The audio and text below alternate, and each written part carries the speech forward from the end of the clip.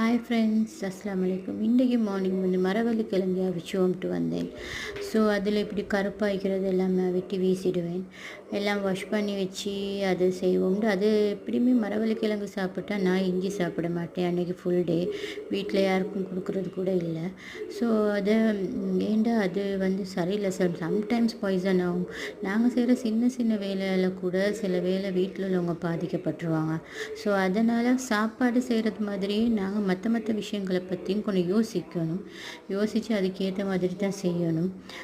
நிறைய பேர் அப்படி பாய்சனாகவே நான் கேள்விப்பட்டிருக்கிறேன். அது மாதிரி நாங்கள் செய்யக்கூடிய ஒவ்வொரு சாப்பாட்டையும் நாங்கள் க்ளீனாக நல்லா செஞ்சால் வீட்டில் உள்ளவங்க விரும்பி சாப்பிட்ற மாதிரிக்கு செஞ்சால் அது நல்லா தைக்கும். ஸோ இன்றைக்கி காலையில் பிரேக்ஃபாஸ்ட் இப்படி தான் போச்சு. இந்த டிஷ் யாருக்கெல்லாம் பிடிக்கும்? வீட்டு சாப்பாடு செய்யக்குள்ள யாரெல்லாம் ரொம்ப கவனமாக இருப்பீங்கன்னு எனக்கு கமெண்ட்டில் சொல்லுங்கள்.